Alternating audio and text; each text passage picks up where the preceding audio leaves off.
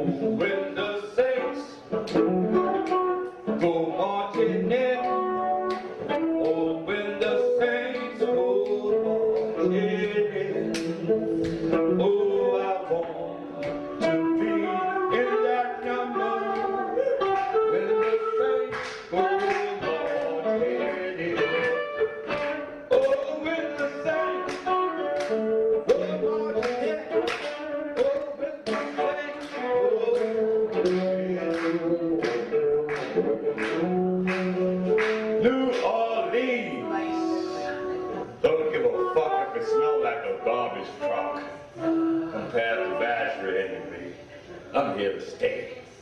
I'm a city boy now. No more digging up plantation mud and outside parties for me. While Mom walked me to the bus stop at the head of the old Bachelor Road, she said, "You're a man. You're free to go live in town now." Then she cautioned. She said, "Don't let nobody put no bad cigarettes in your pocket. And always remember that manners and good behavior will take you a long way." I go out strolling almost every night since I've been here. I'll be sitting in Hollis Lounge listening to jazz bands until daybreak. I mean good fucking music too, Hoss. And yeah, I do see Fats Dominoes sometime when I be hanging out. But I still ain't seeing him do no music. He usually stop by Tony's Green Room where I hang sometime. Everybody in the bar, except me, be glad to see his fat ass pull up in his Rolls Royce. Because they know Fats will set up the bar for as long as he's in the place. And he can hog the jukebox with his money and play only his songs, long as he's in the place. Down my grill, on the very hill.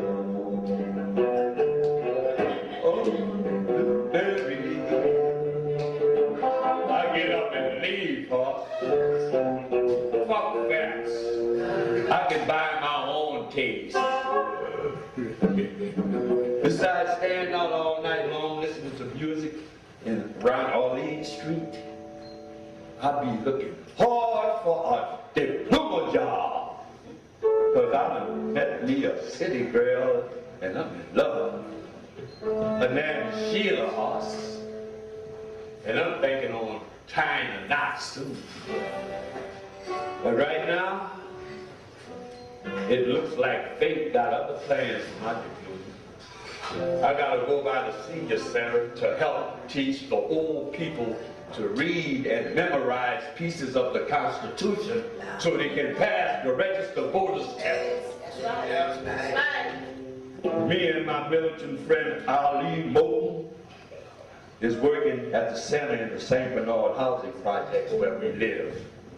We took a group of them old folks over there last week to City Hall, and Ali Moulton was standing over the shoulder of this 80-something years old woman who was trying to register to vote for the very first time in her life. Old Granny was reading from a history book held by a white hand. We hold these troops to be self-evident. But she wasn't exactly reading. She was memorizing the shit we talk about. That all men are created equal. That they are endowed by a creator with certain inalienable rights. Yeah, right! Ali screamed. Just give them old folk their right to vote, you old witch. Ali Moulton is a walking beautician for the housing projects and the morticians. She do my mama hair, my sister hair, my cousin hair, my aunt hair, and everybody else who ain't got much money hair. She's been in many kitchens, huh? She don't mind the heat. We're gonna march from Shakespeare Park to City Hall every Sunday until we get this civil rights shit right.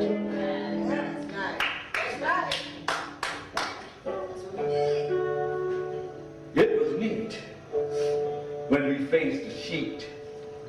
Then used the boycott to share the front seat. Old timers at the old Canal Street station still rap on struggles of the first black bus drivers for the city of New Orleans. They tested the tempers of a racist society with a white-looking Negro that the bus superintendent selected from the back end of a push broom in the station's bathroom. Come to find out, old white-looking Chester didn't like driving a bus, or the spotlight of being the first. So he quit and went back to pushing his stick. The gam-leg white superintendent, pressured by the mayor to end segregation at the station, looked for a replacement to satisfy the angry black nation. But there was no more white-looking black men to say. So he came up with Freddie, who was brown-skinned and kind of heavy in both the head and the belly. Some whites didn't take it light when they saw Freddie behind the bus that night. The buckshots missed as he stood taking a piss. The superintendent then made it known that he was looking for coloreds with strong jawbones. He sent supervisors with flyers to fish fries on the bayou. Shit, he even sent one to a housing project named Desire. Out of them ghettos came hard-hitting men and soul brothers with nicknames Skin, Sunball, Polka Dot Red, Blue, and Rugged Brown Hue. Me too. Them got in new white shirts tucked into pressed black slacks. We resemble waiters wearing policeman caps. We were eager to serve. Step up, please. Or are you telling a white man what to do? Some people, time won't change them. Money won't change them. But a fully loaded steel-plated coin changer upside the head will. The superintendent today is a dark-skinned Afro-American who was one of them bus drivers. So it was so neat when we faced the sheet. They used the boycott to share the front seat. But to drive them, the solution almost took a revolution.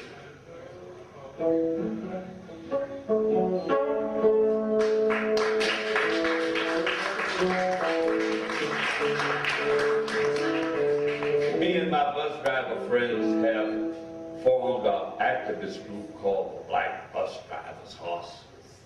I done march a hole in the sole of my shoe. But I'll put cardboard in my stumps before I stop doing what I'm doing. We listen to Dr. King on a phono till we can't take it no more. Then we go out to the department stores and protest some more. While my son was being born, I was out singing freedom songs behind a mule-drawn caisson in memory of Dr. Martin Luther King. We shall overcome. We shall overcome someday. Oh, deep in my heart, I do believe we shall overcome someday. They killed Dr. King Ross, but they can't never kill his voice. On the night of his death, black folks were burning buildings in New Orleans. Me and three of my bus driver friends was cruising around town in a new yellow Mustang. We saw a white boy walking on the sidewalk near the St. Bernard housing project, and we hollered, "Hey, you bitch motherfucker." The white boy came out his pocket with a pistol, and he started shooting, and running. We started ducking and trucking, but we ain't had a safety pin to fight back with. We shall overcome. We shall overcome someday. Oh, deep in my heart, I do believe we shall overcome someday.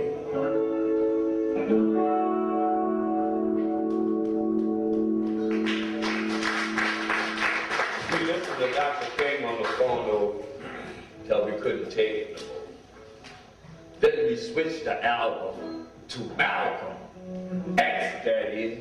They killed Malcolm too, but they can't never kill his voice either. And you better believe he told some brothers some secret before he died. Because me and Earlene and my bus driver friends heard it in the wind. Now we are in with the Black Panther Party. And we are ready to do our revolutionary thing. We ain't on with just transport punches no more either. We got lots of guns in this little shotgun shaped house where we socialize. Of course, the pigs know we on to the team too, because they follow us when we leave meetings at the headquarters in the 9th floor.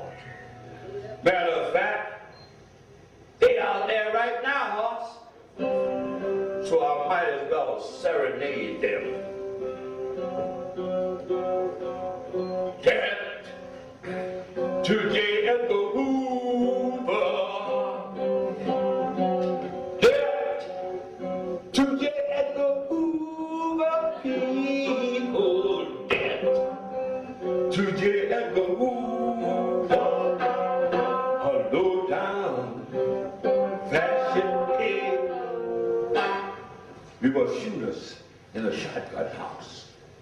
A Chevy full of feds sat across our street. watching us, watching them, recording us. All power to the people, piece of fucking pus on our brand. Death to the pigs in the Chevy van. We were shooters in a shotgun house. A housing project packed with pissed off blacks had our back.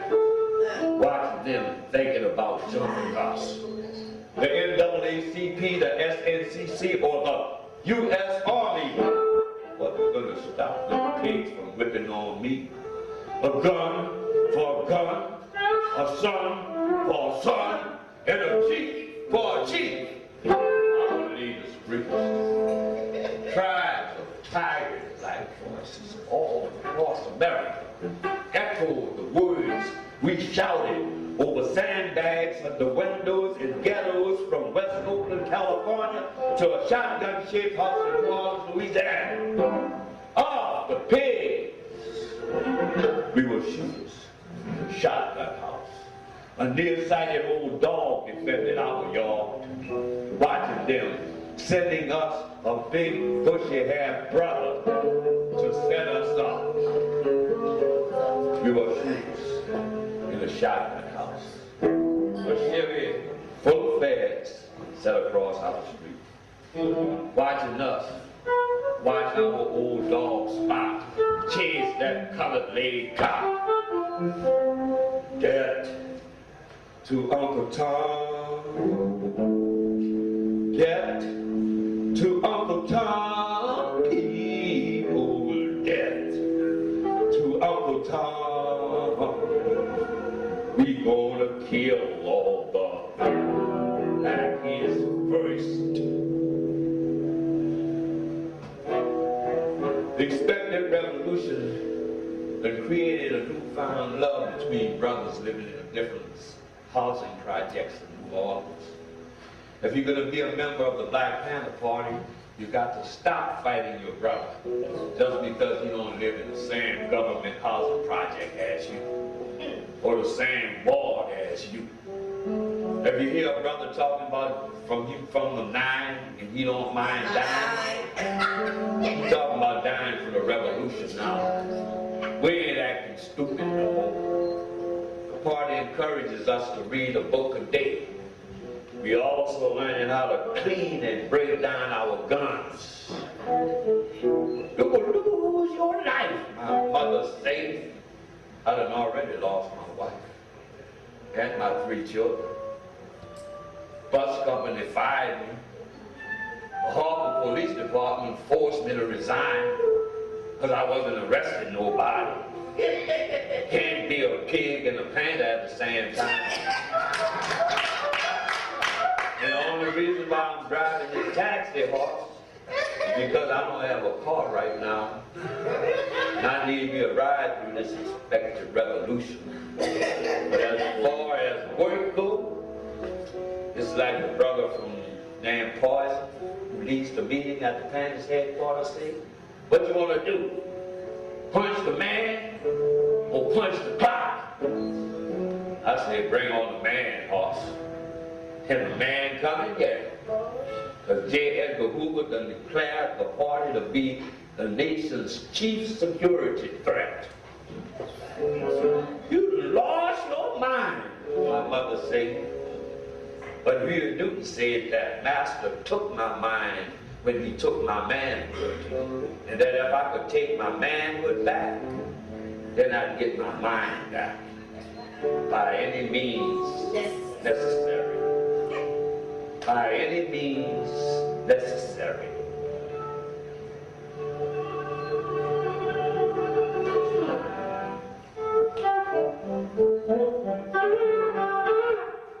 The pigs raided my mother's house, and they half-hour searched it before I turned in a search warrant before I could stop them. But they still ain't found shit. No gun, no money, no nothing. But they still took me and my taxi to jail and charged me with armed robbery. I done been to trial. I got a mistrial. Now they're offering me a deal on pleading guilty to simple robbery. I feel like telling them to stick it up their ass. But my mother done busted her ass long enough in the white folks' kitchen to hire me a lawyer for my first trial. I ain't gonna put up with that no more. So I'm carving out to 30 months in Angola, penitentiary. Angola, boss. That a bitch? Why couldn't they name it wrong?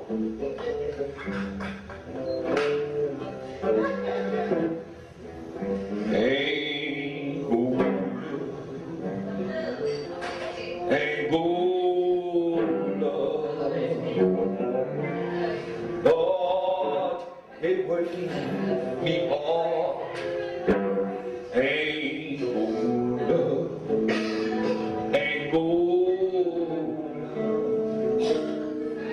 Sent to a penitentiary in Louisiana called Angola. Shackled to brothers I knew nothing about. Trucked to fields where grass abounds. A khaki-clad cracker unlocks iron from our ankles. And he is insulting us. You gotta understand. Angola Penitentiary don't try to make nothing easy for you. He shouts to my shoe as I look at his holster pistol. The judge said hard labor, and this cracker is enforceable. And he is insulting us. Grab a rope and stand true to a rope. If you want to run, nigga, run. As long as you're under my gun, you will keep up with rope number 1. Standing behind rope number 1 is a greasy black inmate guard with a shotgun. He spits out tobacco juice just like his boss. Will kill you quicker than his boss. And he too is insulting us. Cut my grass, leave my green. Hold that road, you so and so. Show me what you got, road number 1. And them 200 on road number 1 going so fast. But I have no problem catching road number 1. Because I come from piecework on plantations. And I know how to cut the grass, leave the greens, and chop the dirt that's in between. But my robot, he handles his hole like a bitch. And I ain't helping him, because he is my brother. Then in Old Town on 9, the road next to mine, says, you can have that boy now that you carried him. I said, no, thank you, sir, because I just can't see myself shackled to a bad relationship. So I keep on helping him shave the grass.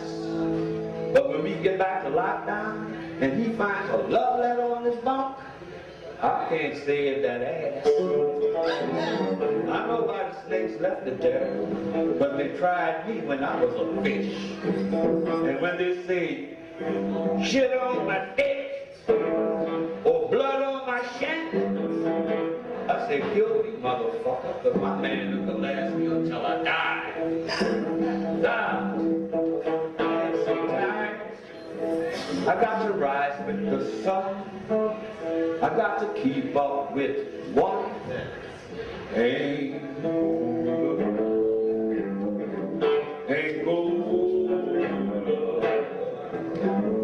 Two more summers and I'll be gone.